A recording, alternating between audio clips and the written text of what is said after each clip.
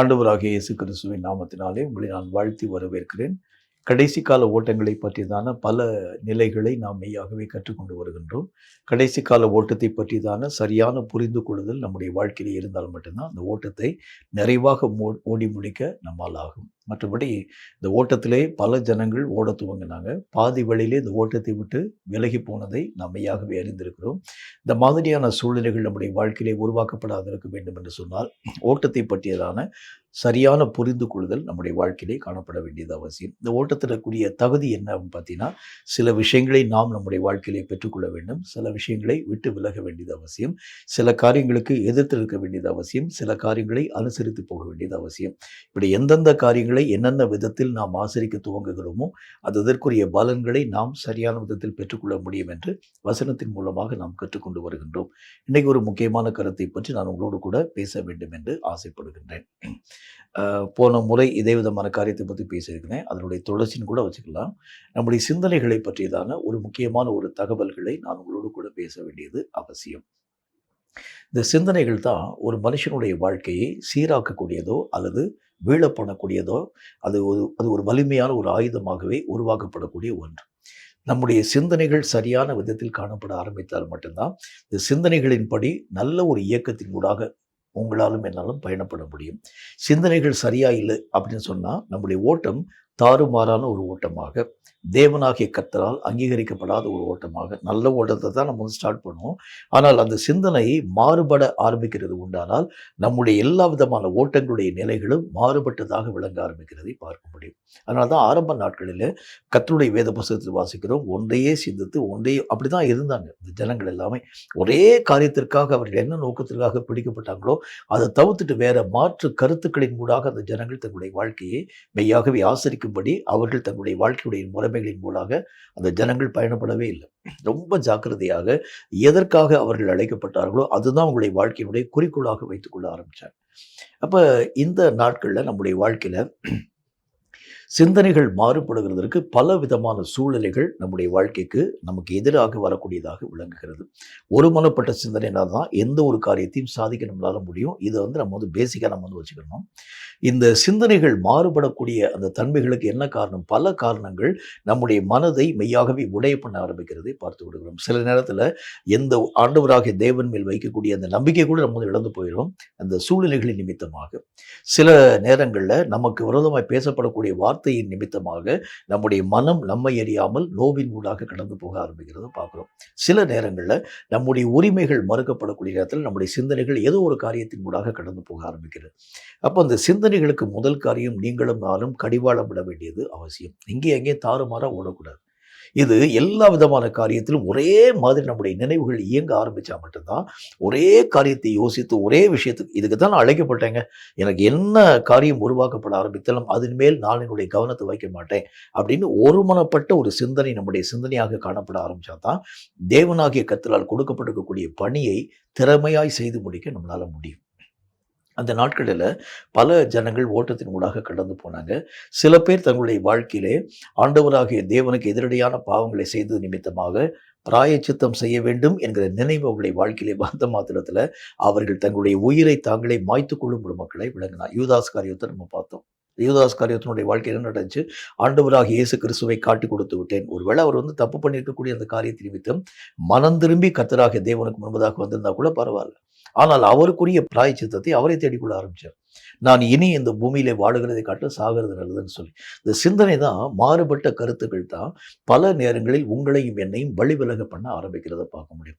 சிந்தனைகளை நம்முடைய வாழ்க்கையை ஒருமனப்படுத்த விடாத அளவுக்கு சாத்தான் கொண்டு வரக்கூடிய ஆயுதம் ஒரு பக்கம் இருந்தாலும் நம்ம கற்ற கல்வியும் நம்முடைய அனுபவமும் கூட இந்த சிந்தனைகளிலே நிறைய அநேகம் தாக்கக்கூடிய காரியங்களை உருவாக்குகிறத பார்க்க முடியும். நம்முடைய அனுபவம் சார்ந்த பல விஷயங்களை நாம் நம்முடைய சிந்தனைகளில் பயன்படுத்த ஆரம்பிக்கும் பொழுது தவறான முடிவுகளின் மூலமாக நீங்களும் நானும் பயணப்படக்கூடிய மக்களாய் விளங்கி விடுகின்றோம். அதனால தான் கர்த்தர் என்ன சொல்லுகிறார் அப்படின்னு பார்த்தீங்கன்னா, இந்த சிந்தனைகள் என்று அழைக்கப்படக்கூடிய எந்த ஒரு காரியமாக இருந்தாலும் எல்லாத்தையுமே கர்த்தருடைய கையில் கொடுத்துருங்க. உங்கள் சிந்தனைகள் எதுவாக இருந்தாலும் அதை வந்து வகை இருக்கக்கூடிய முழு பொறுப்பும் அவர் பார்க்கட்டும். நீங்கள் எதையுமே நீங்கள் யோசிக்காதீங்க. எந்த ஒரு காரியமாக இருந்தாலும் கர்த்தருடைய கையில் கொடுத்துருங்க. ஆண்டவராகிய தேவன் சொல்லும் பொழுதும், நீங்கள் கர்த்தர் உங்களுக்காக யுத்தம் செய்யணும்னா நீங்கள் சும்மாவே இருங்கன்னு சொல்கிறார். நீங்கள் யோசிக்காது, சிந்திக்காதீங்க. அது வந்து அவருடைய கையில் நீங்கள் கொடுத்துட்டீங்கன்னா, அவர் எல்லா விதமான வழிமுறைகளையும் நம்முடைய வாழ்க்கையிலே சீராக அந்த காரியங்கள் யாவற்றையும் உருவாக்கி தந்துடுவார். அப்போ வேதம் சொல்லக்கூடிய வார்த்தையின் அடிப்படையில் இந்த சிந்தைகளை கட்டுப்படுத்தக்கூடிய வழிகள் என்ன? நம்முடைய இந்த கடைசி நாட்களில் கூட கர்த்தராகிய தேவனுடைய வழி ஒரு புறமாய் இருந்தாலும், நம்முடைய வாழ்க்கையில் நம்முடைய ஊழியத்தை ஆண்டவராகிய தேவனுக்குள் திறமையாய் செய்ய வேண்டும் என்பதற்காக நிறைய நேரங்களில் பக்க வழிகள் நம்ம யோசிக்க ஆரம்பிச்சிடும். இதுக்கு காரணம் என்ன? சிந்தனை. இந்த சிந்தனையில் என்னென்ன விதமான காரியத்தை நம்ம செய்ய ஆரம்பிக்கிறோம்? கர்த்தர் எனக்கு ஒரு வழியை காமிச்சிருக்கக்கூடிய நேரத்தில் மற்றவனுடைய அந்த பாதையிலே நான் ஓடக்கூடியவனாய் விளங்க ஆரம்பிக்கிறேன். ஏன்னா அவனுடைய ஓட்டம் நல்லா இருக்குது, அவனுடைய ஊழியம் நல்ல எல்லா விதமான மக்களாலும் ஏற்றுக்கொள்ளப்படக்கூடிய ஒன்றாக இருக்கிறதுனால உடனே அதை நான் என்னுடைய வாழ்க்கையிலே யோசிக்க ஆரம்பிக்கிறேன். சில நேரங்களில் என்னுடைய வழிகள் எல்லாம் கர்த்தராகிய தேவனால், இப்போ நீ வந்து ஓட வேணாம்பா, பேசாமல் அமைதியாக இரு, உன்னுடைய ஆவிக்குரிய நிலைகளை நீ சீர்படுத்தும்படிக்காக நீ என்னுடைய சமூகத்தில் காத்துரு. உடனே ஆண்டவராகிய தேவன் வழி அடைச்ச உடனே இந்த வழிக்கு மாற்றாக வேறொரு காரியத்தின் ஊடாக நான் கடந்து போக ஆரம்பிச்சிடுறேன். இதுக்கு எல்லாத்துக்கும் காரணம் என்னென்னா, இந்த சிந்தனைகள் கட்டுப்பாடு இல்லாமல் தரிகட்டு ஓட ஆரம்பிக்கிறது தான் காரணம். சிந்தனைகள் ஒருமுறைப்படுத்தப்பட ஆரம்பித்தால் மட்டும்தான் எந்த வேலையும் தேவனாகிய கர்த்தருடைய வேலைகளை திறமையாகவும் நேர்த்தியாகவும் செய்து முடிக்க நம்மளால முடியும். அந்த நாட்களிலே காணப்பட்டிருக்கக்கூடிய எல்லா ஜனங்களும் தங்கள் சிந்தனையை ஆண்டவராகிய தேவனுடைய சிலுவையிலே சிறை பிடிக்கக்கூடிய ஒரு மக்களாய் விளங்கினாங்க. அவங்களுக்கும் வந்து தரிகட்டு போகக்கூடிய நிறைய காரியங்கள் காணப்பட ஆரம்பித்தாலும், பவுல் அப்போஸ்தலருக்கெல்லாம் வந்து அனுபவங்கள், அநேகமான அனுபவங்கள் காணப்பட ஆரம்பித்தாலும், அந்த அனுபவ அறிவின் ஊடாக அவர் ஒரு காரியத்திலும் தன்னுடைய காலங்களை ஆசரியாமல் ஆண்டவராகிய தேவனுடைய சகல வெளிப்பாடுகளை தன்னுடைய வாழ்க்கையை பெற்றுக்கொண்டவராகவே தன்னுடைய காலங்களை கழிக்க துவங்க ஆரம்பித்தார். அனுபவம் நிறைய காரியம் இருந்துச்சு என்றாலும் அனுபவ அறிவிலே ஆவிக்குரிய நிலைகளை ஆசரிக்காத பவுல் அப்போஸ்தலனாக தன்னுடைய வாழ்க்கை நிலைகளை அவர் பாதுகாத்து கொண்டார். இந்த மாதிரி அவங்களாம் வந்து ஒரு சக்ஸஸ்ஃபுல் லைஃப் வாழுகிறதுக்கு என்ன காரணம்? இது மாதிரி நானும் வாழணும்னா நம்ம என்ன செய்யணும்? என்னுடைய சிந்தைகளும் கட்டுப்படுத்தப்பட்டு ஆண்டவராகிய தேவனுக்கு ஏற்ற வண்ணமாய் உருவாக்கப்படணும்னா என்னுடைய சிந்தனைகளை எப்படி நான் கட்டுப்படுத்த வேண்டும்? இதை பற்றி தான் இன்றைக்கி கொஞ்சம் விரிவாக நம்முடைய தியானத்தில் பார்க்க வேண்டியது அவசியம். முதலாவது காரியமாக சங்கீதங்களின் புத்தகத்தில் 119வது அதிகாரம் 113வது வசனம் இந்த வார்த்தையை நமக்கு சொல்லுங்க. சங்கீதங்களின் புத்தகம் 119வது அதிகாரம் 113வது வசனத்தை கொஞ்சம் நிதானமாக வாசிக்கிறீங்க. அவனுங்க, வீண் சிந்தைகளை நான் வெறுத்து உமது வேதத்தில் பிரியப்படுகின்றேன். முதல் காரியம், நம்முடைய வீணான சிந்தனைகள் கட்டுப்படுத்தப்பட வேண்டும் என்றால் வேதத்தில் உங்கள் பிரியம் அதிகமாக்கப்பட வேண்டும். வசனம் உங்களுடைய வாழ்க்கையிலே ஒன்றரை கலக்கக்கூடிய அளவிற்காக, வசனத்தை பிரியமாய் நீங்கள் நேசிக்கக்கூடிய ஒரு மக்களாக, வசனத்திற்கு உட்பட்ட ஒரு வாழ்க்கை வாழ பழகக்கூடிய ஒரு மக்களாக, வசனம் சொல்லாததை நான் என் வாழ்க்கையிலே ஏற்றுக்கொள்ளாதவனாக, வசனம் சொல்லுகிறதை நான் என்னுடைய வாழ்க்கையிலே காலங்கள் தோறும் கை கொள்ளக்கூடியவனாக, வசனத்தை மதிக்கிறவனாக, வசனத்தை நாள்தோறும் என்னுடைய வாழ்க்கையிலே பயன்படுத்தக்கூடியவனாக, இப்படி நான் வசனம் சார்ந்த ஒரு வாழ்க்கை வாழ ஆரம்பித்தா மட்டும்தான் வீணான நினைவுகளிலே நின்று நான் மெய்யாக பாதுகாக்கப்பட முடியும். அப்ப ஆண்டவராகிய தேவன் இந்த உலகத்தை உருவாக்கக்கூடிய அந்த கர்த்தர் மனிதனுடைய மனம் இங்கும் அங்கும் தாவக்கூடிய ஒரு தன்மை வாய்ந்தது என்பதை அறிய ஆரம்பிச்சனால்தான் மனிதர்களுடைய மனம் கட்டுப்படுத்தப்பட வேண்டும் என்றால் வேத வசனங்கள் அவர்களுடைய மனதிலே மெய்யாகவே தடை கொடுக்கக்கூடிய ஒரு தன்மையாக அவருடைய வாழ்க்கையிலே கொடுக்கப்பட வேண்டும் என்பதற்காகத்தான் வேதாகமத்தை ஆண்டவராகிய தேவன் மனுஷனுடைய கீழே தந்தார். இதை ஒரு மனிதன் சரியான விதத்தில் பயன்படுத்த ஆரம்பிக்கிறது உண்டானால் சிந்தனைகளிலே காணப்படக்கூடிய பல அலைப்பாயக்கூடிய நினைவுகள், தேவையற்ற காரியங்களை பற்றி நீங்களும் நானும் பல யோசனைகளின் ஊடாக போயிடும். சில விஷயங்களில் நம்முடைய சிந்தனைகள் நம்மை அறியாமல் கட்டுப்படுத்தப்பட முடியாமல் எங்கேயோ நம்முடைய நினைவுகள் யாவும் நம்மை அழைத்து கொண்டு போகக்கூடிய அந்த நிலைகளின் உள்ளாக கடந்து போகிறத பார்க்க முடியும். ஆகவே இந்த மாதிரியான விஷயங்களில் நின்று நிதர்சனமான உண்மையை விட்டுட்டு பல பொய்யான காரியங்களை பற்றி தான் யோசிக்கக்கூடிய நிலைகள் நம்முடைய மனதின் அளவிலே அதிகமாக இந்த கடைசி நாட்கள் நிறைய சாத்தனால் உருவாக்கப்படக்கூடிய தந்திரங்கள் ஒரு பக்கம், அனுபவ அறிவினால் வரக்கூடிய காரியங்கள் மறுபக்கம் என்று சொல்லி இந்த மாதிரி ஏதாச்சும் ஒரு காரியத்தின் ஊடாக நம்ம கடந்து போகலாம் என்று சொல்லக்கூடிய இவைகள் எல்லாம் தடுத்து நிறுத்தப்பட வேண்டும் என்றால் அதற்கு ஒரே ஒரு தன்மைதான் உண்டு, வேத வசனங்களுக்கு உட்படுத்தப்பட்ட நினைவுகள். அப்போ என்னுடைய சிந்தனைகள் எல்லாம் எதுக்கு அடங்கி இருக்கணும்னா வேதாகமத்திற்கு அடங்கினதாகத்தான் என்னுடைய நினைவுகள் காணப்படணும். இப்படி இருந்தால் தான் என்னுடைய ஓட்டம் முழுமையான ஒரு ஓட்டமாய் நிறைவாக்கப்பட ஆரம்பிக்கிறதை பார்க்க முடியும். ஒரு ஒரு ஒரு அதாவது ஒரு பொறுப்பை கற்று தந்திருக்கிறாரு, ஆனால் என்னுடைய நினைவுகள் பல விதமான எண்ண ஓட்டங்கள் இருக்கிறது உண்டானால் அந்த பொறுப்பை நேர்த்தியாக செய்ய முடியாது. இந்த எல்லா விதமான நினைவுகளின் ஓட்டங்களும் கட்டுப்படுத்தப்பட ஆரம்பித்தால் மட்டும்தான் என் கையில் கொடுக்கப்பட்டிருக்கக்கூடிய பொறுப்பின் மேல் நான் கவனம் செலுத்தக்கூடியவனாய் விளங்கி விடுகின்றேன். இதுக்கு எது என்னுடைய வாழ்க்கையில் ரொம்ப தேவைப்பட ஆரம்பிக்கிறதுன்னு சொன்னால், வேத வசனங்கள் சார்ந்த ஒரு நினைவு, வேத வசனங்களுக்கு அடங்கின ஒரு நினைவு, வேத வசனங்களை மீறாத ஒரு நினைவு, வேத வசனங்களுக்கு கீழ்ப்படியும் ஒரு நினைவு, வேத வசனங்களை தன்னுடைய வாழ்க்கையிலே காலங்கள் தோறும் பயன்படுத்தக்கூடிய நினைவு, இப்படி வசனங்களுக்கு இடைப்படுத்தப்பட்ட நம்முடைய நினைவாக நம்முடைய சிந்தனைகள் எல்லாம் ஒருமனப்படுத்தப்பட ஆரம்பித்தால் மட்டும்தான் எந்த விஷயத்தையும் செய்து முடிக்க நம்மால் முடியும். இப்போ இந்த ஒரு வார்த்தை நான் சொல்லும்போது உங்களுடைய மனதிற்குள்ளாக ஒரு சின்ன ஒரே ஒரு கொஸ்டின் ஒன்று எழும்பலாம். என்ன கேள்வி எழும்பலாம் அப்படின்னு பார்த்தீங்கன்னா, இந்த வேதாமத்துக்கு அவ்வளோ சக்தியா, அவ்வளோ காரியம் உண்டா? பைபிளுக்கு உட்படுத்தப்பட்ட ஒரு நினைவு நம்முடைய நினைவாக இருந்துச்சுன்னா, எல்லாமே நம்முடைய வாழ்க்கையிலே ஆண்டவருடைய விருப்பத்தின்படி உருவாக்கப்பட முடியுமா? இது சாதாரணமான எழுத்து தானே. நான் உங்களுக்கு ஏற்கனவே சொன்ன அந்த காரியத்தை நான் மீண்டும் உங்களுக்கு நான் வலியுறுத்த வேண்டும் என்று ஆசைப்படுகின்றேன். பூலோகத்திலே காணப்படக்கூடிய சட்டங்கள் வேறு, பரலோகத்தின் சட்டம் வேறு. பரலோகத்தினுடைய காணப்படக்கூடிய சட்டங்களின்படி நீங்கள் நடக்கணும்னா, இதுதான் உங்களுக்கு வழி. இதுதான் இப்படிதான் நீங்கள் நடக்கணும். இதுக்கு முரண்பட்டு உங்களுடைய பூலோக அறிவின்படி இவைகளை நீங்கள் ஆராய்ந்து பார்க்கிறது உண்டானால் எந்த நன்மையும் நாம் நம்முடைய வாழ்க்கையிலே பெற முடியாது. ஆவிக்குரிய சட்டம்னா இதுதான், இப்படிதான் நீங்க இருக்கணும். இந்த உங்களுடைய சிந்தனைகள் கட்டுப்படுத்தப்பட வேண்டும் என்றால் ஆவிக்குரிய ரீதியாக ஆண்டவராகிய தேவனுக்கு பிரியமுள்ளதாக உங்கள் நினைவுகள் மாற்றத்தின் ஊடாக கடந்து போக வேண்டும் என்றால் அதற்கு ஒரே ஒரு சட்டம், வேத வசனத்திற்கு இடைப்படுத்தப்பட்ட ஒரு வாழ்க்கை தான். இதை தாண்டி வேற உண்மை இல்லை. ஆகவேதான் கர்த்தராகிய தேவன் வேத வசனங்களை தம்முடைய பிள்ளைகளின் கரங்களிலே தந்தார். இவைகள் எல்லா விதமான காரியத்திற்கு உட்படுத்தப்பட்டவனாய் நீ உன்னுடைய இயக்கத்தை ஆசரிக்க துவங்க ஆரம்பித்தார். உன் வீணான சிந்தனைகளை விட்டு விலகக்கூடியவனாய், வேதத்திற்கு அடங்கினவனாய், தேவ திட்டங்களை நிறைவாக்கும் ஒரு மனிதனாய் விளங்க ஆரம்பித்து விடுவாய். இந்த சட்டத்தை கர்த்தராகிய தேவன் தந்திருக்கிறார். கேட்கும் கர்த்தருடைய பிள்ளையே, வசனத்திற்கு மிஞ்சின எந்த யோசனையும் தவறு. வசனத்திற்கு அடங்காத எந்த விதமான நினைவுகளும் தவறு. வசனத்திற்கு அடங்காத எந்த செயல்களும் ஆண்டவராகிய தேவனால் அங்கீகரிக்கப்படுகிறது இல்லை. அப்படி நம்முடைய சிந்தனைகள் எல்லாம் ஆண்டவராகிய தேவனுக்குள் இசைந்ததாக விளங்க வேண்டும் என்றால் உங்களையும் ஆண்டவராகிய தேவனையும் உங்கள் சிந்தனையும் கர்த்தராகிய தேவனுடைய நினைவையும் ஒன்றாக இணைக்கிறது இந்த கர்த்தருடைய வசனங்கள் தான். இவைகள் உங்களுடைய வாழ்க்கையிலே அடித்தளமாக, அஸ்திபாரமாக காலங்கள் தோறும் பயன்படுத்தப்பட ஆரம்பித்தால் மட்டும்தான் வேதம் சொல்லக்கூடிய வார்த்தையின்படி வீணான நினைவுகளிலே நின்று நீங்களும் நானும் காப்பாற்றப்பட ஆரம்பிக்கிறதை பார்க்க முடியும். வீணான நினைவுனா, இந்த நினைவை பற்றி சில வார்த்தைகள் உங்களுக்கு சொல்ல வேண்டியது அவசியம். ஆண்டவராகிய தேவனுடைய நாமத்தினாலே கானானிய தேசத்தை சுதந்திரிக்கக்கூடிய அந்த சூழ்நிலைகளை கர்த்தராகிய தேவன் உருவாக்குகின்றார். உருவாக்கக்கூடிய நேரத்தில் வசனத்தில் வாசிக்கிறோம், கர்த்தராகிய தேவன் சொல்லுகின்றார், உங்களுக்கு எதிரியாக வரக்கூடிய மக்களை பார்த்து நீங்கள் பயப்படாதீங்க. ஏனென்றால் கர்த்தர் உங்க கூட தான் இருக்கிறாரு. எல்லா விதமான காரியங்களையும் உங்களுக்காக நேர்த்தியாக உருவாக்கக்கூடிய கர்த்தர் செஞ்ச எல்லா விதமான அற்புதங்களை நீங்கள் உங்கள் கண்ணார காணக்கூடிய ஒரு மக்களாய் விளங்கினீர்களே. கர்த்தர் எகிப்தியருக்கு என்னென்ன காரியத்தை செஞ்சாரு, கடலுக்கு என்ன காரியத்தை செஞ்சாரு, வரக்கூடிய நாட்களில் உங்களுக்கு என்ன விதமான அற்புதங்கள் யாவற்றையும் செஞ்சார், இதெல்லாம் நீங்கள் நேருக்கு நீங்கள் பார்த்தீங்க. ஸோ இனி வரக்கூடிய அந்த நாட்டையும் சுதந்திரமாக தரக்கூடிய அந்த வேலை ஆண்டவராகிய தேவனுடைய பணி. அதனால இருக்கக்கூடிய அங்கே இருக்கக்கூடிய அந்த நாட்டை பற்றியோ இருக்கக்கூடிய ஜனங்களை பற்றியோ நீங்கள் பயப்பட வேண்டாம். உடனே வேவு பார்க்கறதுக்காக சில ஜனங்களை அனுமதிக்கிறாங்க. போகக்கூடிய மக்கள் அங்கிருந்து வந்துட்டு ஆண்டவருடைய நாமத்தினால இங்கே வந்து எல்லா விதமான மக்களுக்கு முன்பதாக பயப்படுறாங்க. அங்கே இருக்கக்கூடிய ஏனாக்கின் சந்ததியை பார்த்தோம், அவங்க பார்வைக்கு நாங்கள் வெட்டுக்கிளி மாதிரி தான் இருந்தோம், எங்களுடைய பார்வைக்கு நாங்கள் அப்படி தான் இருந்தோம் என்பதை பற்றி சொல்லி அவர்கள் துர்ச்செய்தியை பரம்ப செய்யக்கூடிய ஒரு மக்களாய் விளங்கினாங்க. அப்போ இதுக்கு என்ன காரணம் என்று சொன்னால், வேதம் சொல்லக்கூடிய வார்த்தையின் அடிப்படையில் வீணான சிந்தனை. கர்த்தர் ஒரு காரியத்தை சொல்லியிருக்காரு, நீ அவனுடைய உருவத்தை பார்த்து பயப்படாதப்பான்னு சொல்லியிருக்காரு.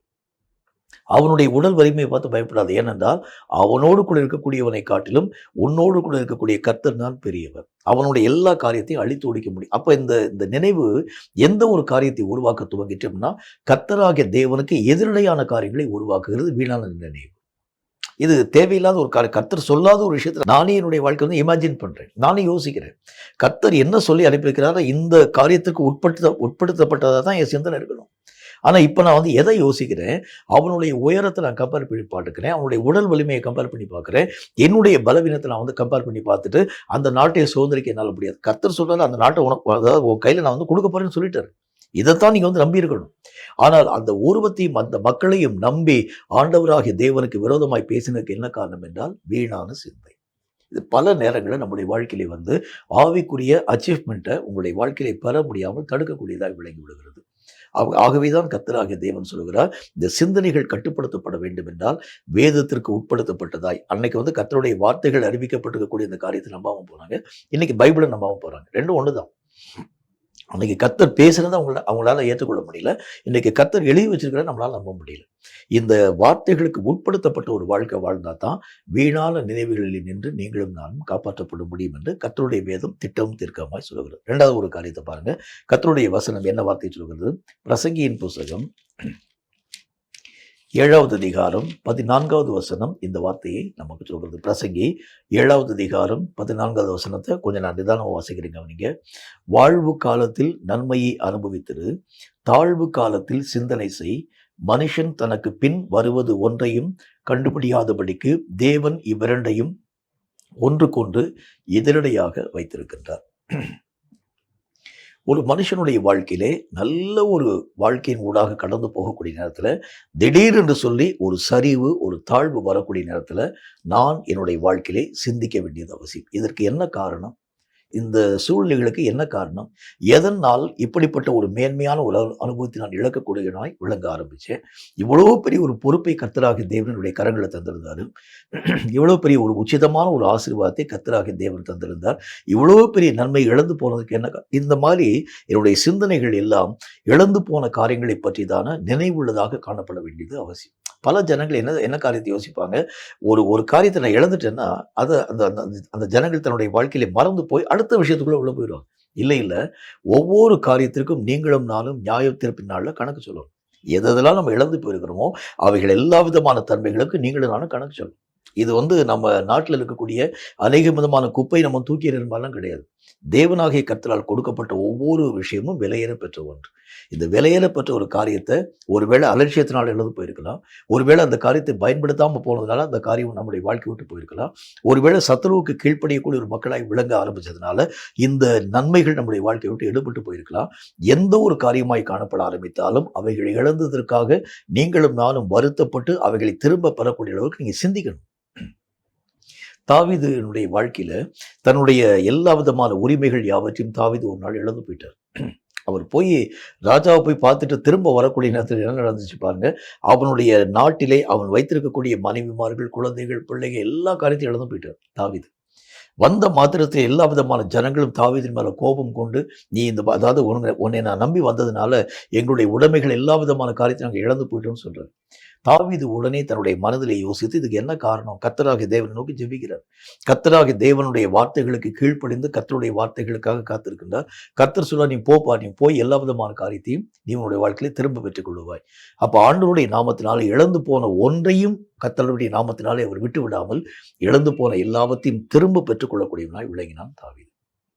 நம்முடைய வாழ்க்கையில கூட அலட்சியத்தினால அல்லது அதை பற்றிதான அறிவில்லாத ஒரு தன்மையினால அல்லது சாத்தானுக்கு கீழ்ப்படியக்கூடிய தன்மையினால ஏதோ ஒரு காரணத்தினால இந்த மாதிரி தேவன் தந்திருக்கக்கூடிய பலவிதமான உரிமைகளை நம்ம இழந்து போயிருக்கலாம். ஆனால் ஒவ்வொரு உரிமைக்கும் நீங்களும் நானும் நியாய தீர்ப்பின் நாளில் கணக்கு சொல்லணும். இந்த ஒரு தன்மையை நான் உன் கையில் தந்தேன், இதுக்கு நீ என்ன செஞ்ச? இந்த ஒரு காரியம் உன்னுடைய வாழ்க்கை விட்டு போயிடுச்சு, இதனை வந்து திரும்ப பெறக்கூடிய அளவுக்கு நீ எங்கேயாச்சும் முயற்சி பண்ணையா? இப்படி கர்த்தராகிய தேவன் கேட்கும்போது என்ன பதில் சொல்ல முடியும்? அப்போ என்னுடைய சிந்தனைகளில் எதை பற்றிதான நினைவு என்னுடைய வாழ்க்கையில் வர வேண்டும் என்று சொன்னால், தாழ்வு வரக்கூடிய நேரத்தில், இந்த ஒரு உரிமை என்னுடைய வாழ்க்கையை விட்டு கடந்து போகக்கூடிய நேரத்தில், என்னை அறியாத ஒரு தாழ்வு வரக்கூடிய நேரத்தில் நான் உட்கார்ந்து யோசிச்சு பார்க்கணும், தாழ்வுக்கு என்ன காரணம்? என்னுடைய அலட்சியம் தானே காரணம். இந்த தாழ்வுக்கு என்ன காரணம்? நான் ஆண்டவராகிய தேவனுடைய வார்த்தைக்கு மீறினதான காரணம். என்னுடைய தாழ்வுக்கு என்ன காரணம்? நான் என்னுடைய சுய இச்சையின்படி கடந்து போனதான காரணம். இப்படி நான் என்னை உய்த்து ஆராய்ந்து பார்க்கக்கூடிய ஒரு மனிதனாய் விளங்கினால் மட்டும்தான் இந்த சிந்தனைகள் எல்லாமே எதை பொறுத்து அமைக்கப்பட வேண்டும் என்று சொன்னால், தேவன் தந்த எந்த காரியத்தையும் இழக்க கொடுக்காத அளவிற்காக, ஒருவேளை ஏதாவது ஒரு காரியத்தை நான் இழந்துட்டேன்னா அந்த காரியத்தை திரும்ப பெறக்கூடிய அளவிற்கு நான் சிந்தனையிலே ஒரு வலிமை பெற்றவனாய் விளங்க வேண்டியதான். இதுக்கு தான் கர்த்தர் நம்மளை உருவாக்கினார். இந்த சிந்தனைகள் இதை தவிர்த்துட்டு வேற ஒரு காரியத்தின் ஊடாக கடந்து போகிறது உண்டான மனுஷனுடைய மனசை பற்றி உங்களுக்கு நான் சொல்ல வேண்டியது அவசியம். ஒரு காரியத்தை இழந்துட்டான்னா அவன் மெய்யாகவே அந்த ஒரு காரியத்தை ஈஸியாக மறந்து போய் வேறொரு காரியத்தை தன்னுடைய வாழ்க்கையிலே அவைகளுக்கு மெய்யாக பேலன்ஸ் பண்ணக்கூடிய அளவுக்கு அந்த காரியங்களை பயன்படுத்த ஆரம்பிச்சிடும். ஆனால் ஆவிக்குரிய சட்டம் இவைகளுக்கு நேர் விரோதமானது. எந்த காரியத்தை இழந்தையோ அதையும் நீ உன்னுடைய வாழ்க்கையில திரும்ப பெறக்கூடிய அளவுக்கு நீயும் நானும் போரிட வேண்டும். அதை உன்னுடைய வாழ்க்கையில வந்து பெற்றுக்கொள்ள வேண்டியது அவசியம். இந்த சிந்தை என்னுடைய வாழ்க்கையிலே காணப்பட ஆரம்பித்தால் மட்டும்தான் இது மேலே தான் என்னுடைய சிந்தனையும் நினைவுகளும் காணப்பட வேண்டுமே தவிர, மாற்று கருத்தாக உலக ரீதியாக இது போச்சுன்னா இன்னொன்று, அது போச்சுன்னா இன்னொன்று என்கிற ஒரு நிலை நம்முடைய வாழ்க்கையில் வரக்கூடாது. அப்போ இந்த மாதிரியான சிந்தித்து நடக்கக்கூடிய ஒரு வாழ்க்கை நம் வாழ்க்கையாக காணப்பட வேண்டும். எதனால் கர்த்தராகிய தேவனுடைய பிரசன்னத்தை நான் இழந்து போனேன், எதனால் ஆண்டவராகிய தேவனுடைய ஐக்கியத்தை நான் இழந்து போனேன், எதனால முன்பு போல வரக்கூடிய தரிசனங்கள் இழந்து போனேன், ஆவிக்குரிய நிலைகள் இந்த மாதிரி நம்ம வந்து யோசிக்கணும், சிந்திக்கணும். இதற்கு என்ன காரணம் உண்டோ அவைகளை நீங்கள் ரெக்டிஃபை பண்ணாம அடுத்த லெவலுக்குள்ளாக போகிறது என்பது முடியாது. ஆகவேதான் கர்த்தர் சொல்லக்கூடிய வார்த்தையின் அடிப்படையில் உங்கள் ஒவ்வொரு குறைவிலும் உங்கள் நிலைகளை ஒய்த்து ஆராய்ந்து பாருங்கள். பக்தன் தீர்க்கதரிசி சொல்றார் பார்த்தீங்கன்னா, உங்கள் செயல்கள் எல்லாவற்றையும் ஒய்த்து ஆராய்ந்து பாருங்கள்னு சொல்றார் பார்த்தீங்கன்னா, அது மாதிரி ஆராய்ஞ்சு பாருங்க. இந்த காரியங்களுக்கெல்லாம் இழந்து போன எல்லா விதமான தன்மைகளையும் திரும்ப பெறுகிறதுக்கு நான் என்ன செய்யணும், எப்படி நீங்கள் கடந்து போனால் மட்டும்தான் தேவ சமூகத்திலே நிலைத்து நிற்க உங்களாலும் என்னாலும் முடியும் என்கிறதில் சந்தேகம் இல்லை. மூணாவது ஒரு விஷயத்தை பாருங்களேன். கர்த்தருடைய வேதம் மற்றும் ஒரு வார்த்தையை நமக்கு சொல்கிறது. மத்தேயு எழுதின சுவிசேஷத்தில் அதில் 16வது அதிகாரம் 23 இந்த வார்த்தையை சொல்கிறது. மத்தேயு 16:23 வசனம் இந்த வார்த்தையை சொல்கிறது. வாசிக்கிறீங்க நீங்க. அவரோ திரும்பி பேதுருவை பார்த்து, எனக்கு பின்னாக போ சாத்தானே, நீ எனக்கு இடரலாய் இருக்கிறாய், தேவனுக்கு ஏற்றவைகளை சிந்தியாமல் மனுஷனுக்கு ஏற்றவைகளை சிந்திக்கிறாய் என்றார். மூணாவது காரியம் என்ன அப்படின்னா வந்து, ஆவிக்குரிய நிலை என்கிறது என்டையர் டிஃப்ரெண்ட், நம்முடைய மனுஷியமான வாழ்க்கைக்கு முற்றிலும் வேறுபடுத்தப்பட்ட ஒன்று. ஆவிக்குரிய காரியத்தில் இந்த உலக ரீதியான எந்த நினைவுகளும் உள்ள வரக்கூடாது, உலக சம்பந்தப்பட்ட எந்த அனுபவங்களும் உள்ள வரக்கூடாது. ஆவிக்குரிய காரியமே முற்றிலும் வேறாக்கப்பட்டிருக்கக்கூடிய ஒன்று. இப்போ ஆண்டவராகிய தேவன் அந்த மாதிரி ஒரு ஜென்ரேஷனை உருவாக்கிட்டு வர்றார். எதுவாக இருந்தாலும் பிதாவாகிய தேவனுடைய அனுமதி இல்லாமல் எதுவுமே உங்கள் வாழ்க்கையில் நடக்காதுப்பா.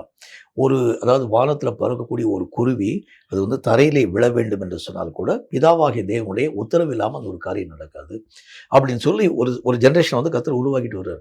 கர்த்தராகிய தேவனுடைய இயக்கம் இல்லாமல் உங்களால் ஒன்றும் செய்ய முடியாது. எதுவாக இருந்தாலும் பரத்திலிருந்து உங்களுடைய வாழ்க்கையிலே கொடுக்கப்படாமல் போகிறது உண்டானால் எதையும் உங்கள் வாழ்க்கையில் பெற இப்படி உருவாக்கிட்டு வர்றார்.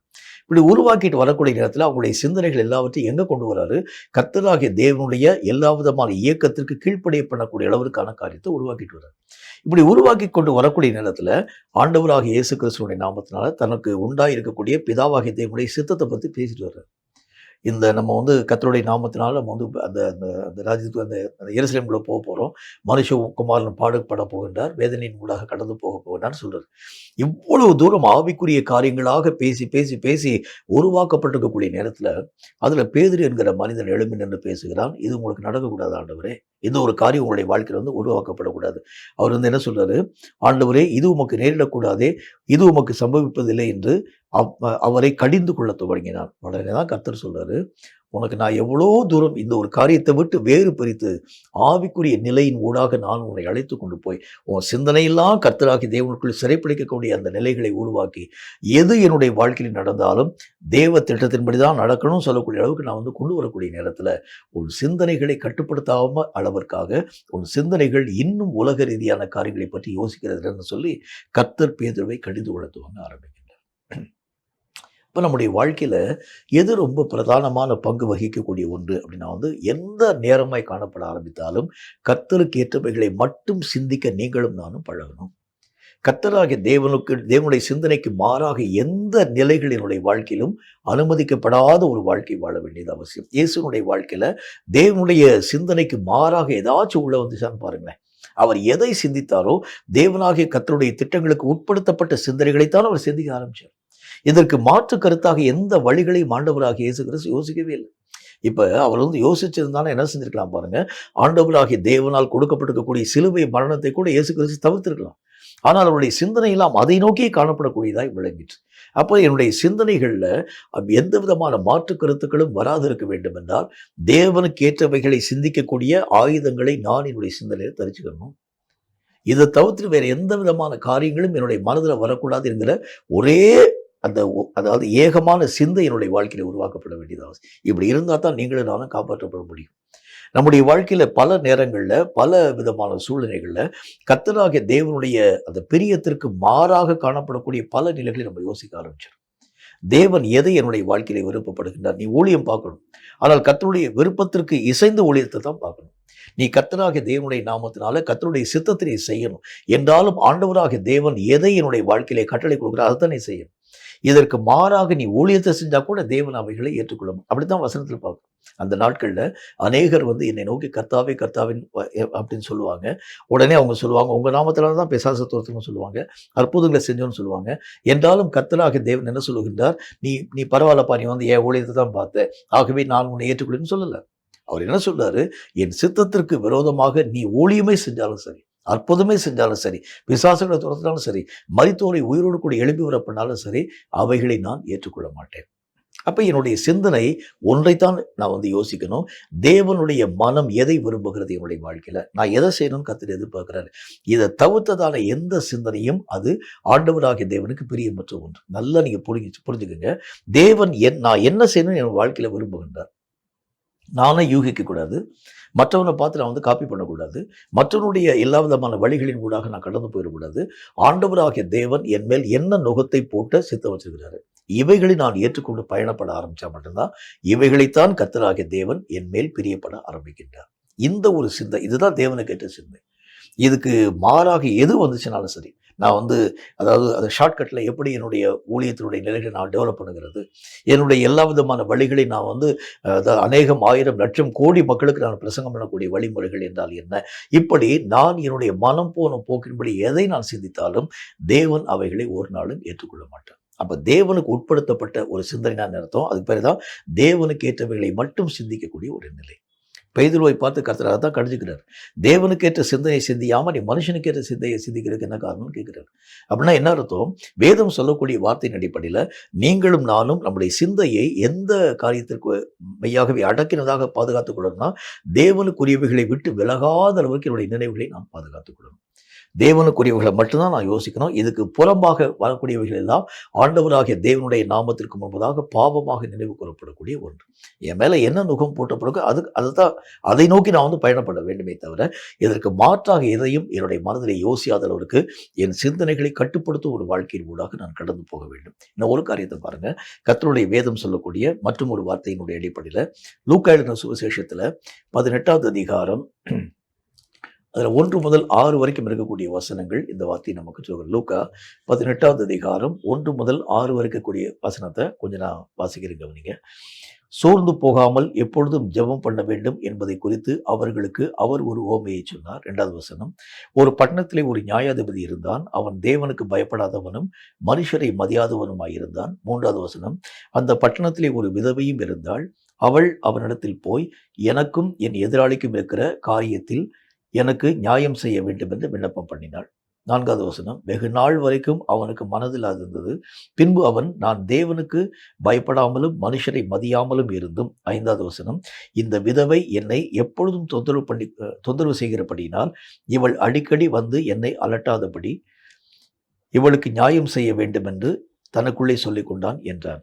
6வது வசனம், பின்னும் கர்த்தர் அவர்களை நோக்கி, அநீதி உள்ள அந்த நியாயாதிபதி சொன்னதை சிந்தித்து பாருங்கள் சொல்றார். நம்முடைய வாழ்க்கையில கூட எந்த சிந்தனை நம்முடைய வாழ்க்கையில வரணும்னா, எந்த ஒரு காரியமாக இருந்தாலும் இடைவிடாமல் ஜெபிக்கணும் ஒரு சிந்தனை தான். அந்த ஜெபத்திற்கு மாறாக பலவிதமான நேரங்களில் நம்முடைய மாம்சம் முயற்சி உள்ள வந்துடும்.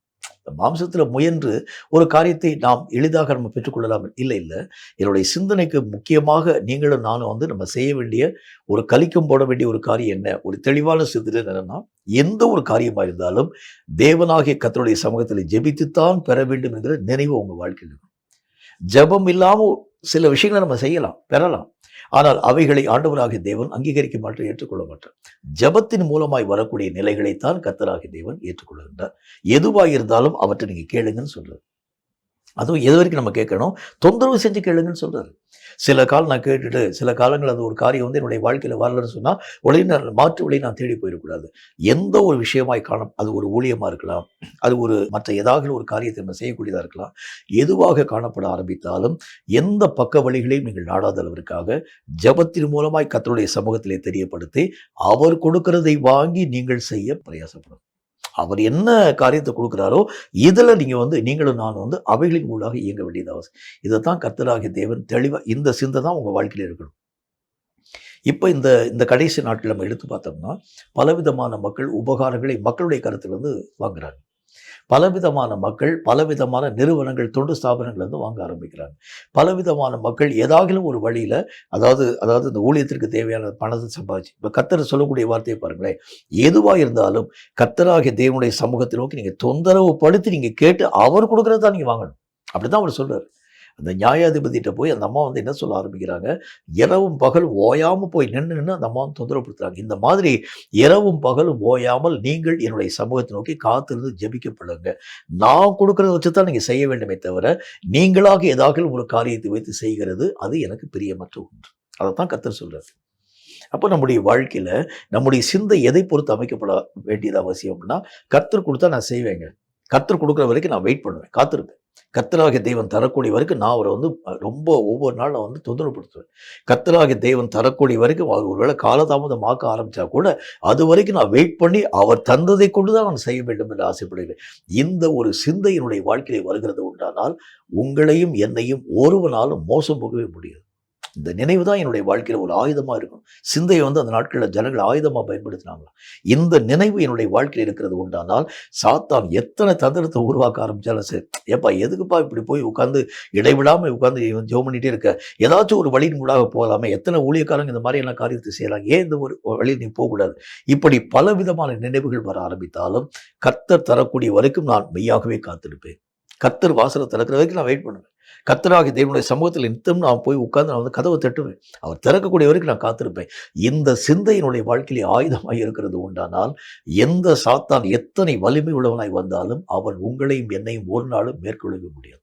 கேட்கும் கர்த்தருடைய பிள்ளையே, என் சிந்தனை குறித்து நான் ரொம்ப ஜாக்கிரதையாக இருக்கணும்.